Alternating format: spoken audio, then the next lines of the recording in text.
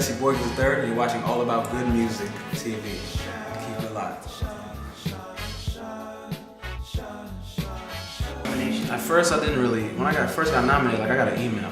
I thought it was a joke, cause I had a meeting at Century. I played up my new album, Love Apparatus, and I let them listen to it. You know, and I'm reluctant to let people hear it yet. But I went into the meeting, I let them hear it. You know, and everybody liked it. And it was cool. And that was that. No contact I get. But they've always been supportive of me and what I believe in when I do my music. So I get an email, and it's like, congratulations. I'm like sleeping, my BlackBerry, like reading down. I'm like, what? So I called my manager, I called Joy, I'm like, nominated for a Soul Train Award? She's like, yeah. She's gonna hype me. I'm like, nah, I don't believe it. And I hung up the phone. Nah, they're joking. And I see it go up on the site, on the Soul Train site. I see it go up on the Century site. And I see everybody posting about it. And I see the categories, like who's in it. Chanel, Dwelle, Corinne, Dondria, and me. Sign. And then I go to the category. I go to all the categories. Nobody signed. Everybody signed. So I'm like, I signed one. I'm talking to myself, thinking about it. Then I like wrote down in my notebook like this sentimental little piece to remember the day and all this crazy. Like, it was like real crazy. This got really emotionally heavy. Like out of nowhere, just for me though. I didn't really share that with anybody in my team. I was like, oh, I'm cool, yeah. I was so nervous. I was so scared, you know, and I was afraid of what people were gonna say. I'm not gonna lie, like in my industry, in the soul scene, like I'm just you know, all that. But I learned, like, you know, I learned it'll be what it is. You know? So I definitely brushed that off and went to Soul Train Award like I got nominated, because I did. Word. I wouldn't say that I snuck a camera into the Soul Train Awards. I just brought one in and nobody told me to turn it off. I don't know, I feel like, you know how you have reality TV? I don't like reality TV. I'm not a fan because everything is scripted, everything's staged. And an event like the Soul Train Awards is to uplift our culture. You know? And I feel like a lot of times the stuff that is portrayed for us as, you know, black people in this world, you know, we're supposed to be a certain kind of way. And when I was at the Soul Train Awards and I first got on the red carpet, like I just felt this crazy amount of energy. Like it was just like, it wasn't like energy that I felt before, you know. And I've been to award shows before, you know. I've been to the BT Awards and a whole bunch of other awards, Woody, whatever. So, but like when I got out the car and I'm like I felt something. I looked at Dr. Wu, I was like, shoot the whole thing. That's what I said to him. I was like, shoot the whole thing. And then I'm walking about and everybody's saying, hello, how you doing? Like I'm not signed, I'm not on TV, I'm not on the radio.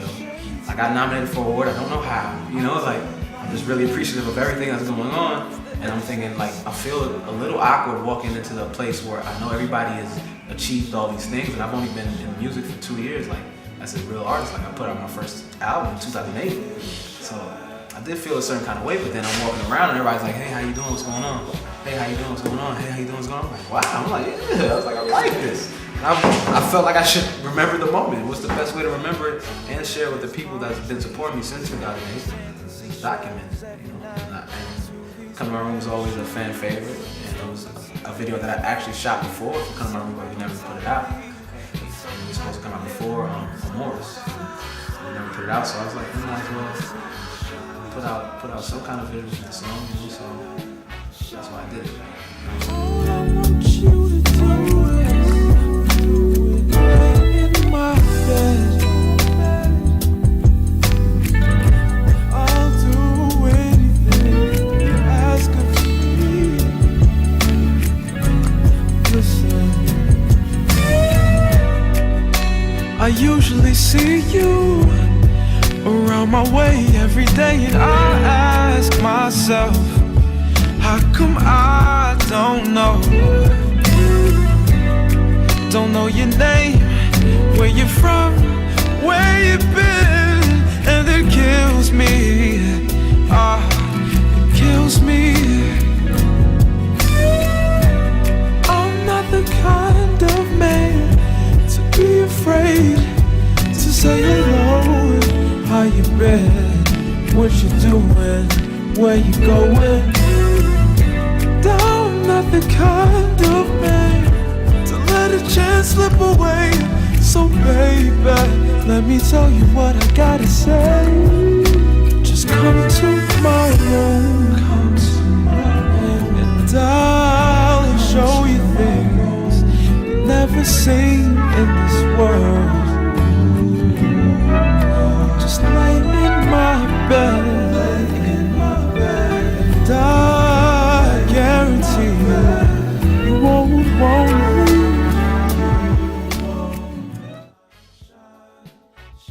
Sure, London shows love. Like, I remember when they started playing my stuff on BBC Radio. When my first album came out, somebody called me like, man, you're spinning on BBC. Then all the people from all these different countries started contacting me on Facebook and stuff. I'm like, why are you hearing my music on BBC?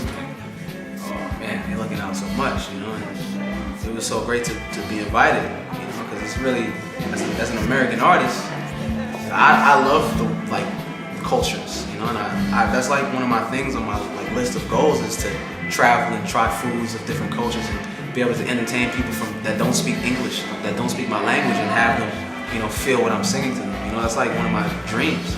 So like for London to be the first place that I go to that's not in America is great. You know, like I feel like it's a great thing. And the whole romantic movement tour is basically everything that I realize. Like it's really corny to say, but love is the only thing that everyone can connect with. You know, in the whole world, love or hate. You know, and I push love. So I definitely started researching. You know, like romantic movement in Paris. You know, and all the like everything that was catered to that. The poets and the artists that came out of that, and just started gaining knowledge on all of that. You know. So that's when I realized like that's what we're doing. Like everybody that's on my team and in my camp and everybody that I work with and collaborate with, and that's how we create. You know, it's from experiences of love, heartbroken, or you know, first love or whatever it may be. It's all from that. It all generates from that, and that's what everyone can connect with. You know, and that's, you know, even if you don't understand it, but you still feel it, and that's how I feel, and that's how I make music. You know. I like that. Every time that I'm in the UK, somebody asks me, "You follow some UK artists? Like, what's up?" I try to keep up. You know, I'm Marsha's from Florida. She's one of my favorites. Corinne Bailey Ray also. Like, that's why when I got nominated with, I'm like, well, that's crazy because I listen to her like every day. Like I love her songwriting. Like, she's one of my favorite songwriters. You know. Even early Amy Winehouse, like people sleep on that stuff, you know. Like there's a lot of dope artists that come out of. Even Craig David when he first came out. Like, people like talk down about Craig David, but Craig David is a great songwriter. Like, even when he's rapping in the garage time and I'm doing all that stuff, I try to keep up. I do my research and stuff, but I definitely try to make sure that I'm up on it. You know, I like to educate myself. I like to like be with somebody, you know, who lives in the town that I'm in and ask them 1,000 questions. This kid must know a whole lot, but I want to know, you know. That's why I like you guys, because everybody's like, what's up when you listen to UK music? You know, I try to keep up with the different genres. You got grime, you got garage. What else you got? You got UK hip hop. You got hip hop. You know, you got a lot of like acid, funky house. Of course, I'm a funky house. Like stuff like that. Like I try to make sure I'm with all that, you know, because I mean, you take influence from all of it, and they take influence from us, and you know, it's, like I said, everything's connected. New City, I don't know if you ever been there. You're not from around and stuff. But yeah, little Jamaican spot. They told me to try the guava. I was like, alright, I'm not going to try the guava. I said, I'm like, see, the guava is just so good. I don't even like, it's crazy because I don't even like guava. I don't like in Jamaica. I used to live by a guava tree, and all my cousins would climb the tree to eat the guava, and I would. This is good though. You said the passion fruit. See, I like passion fruit.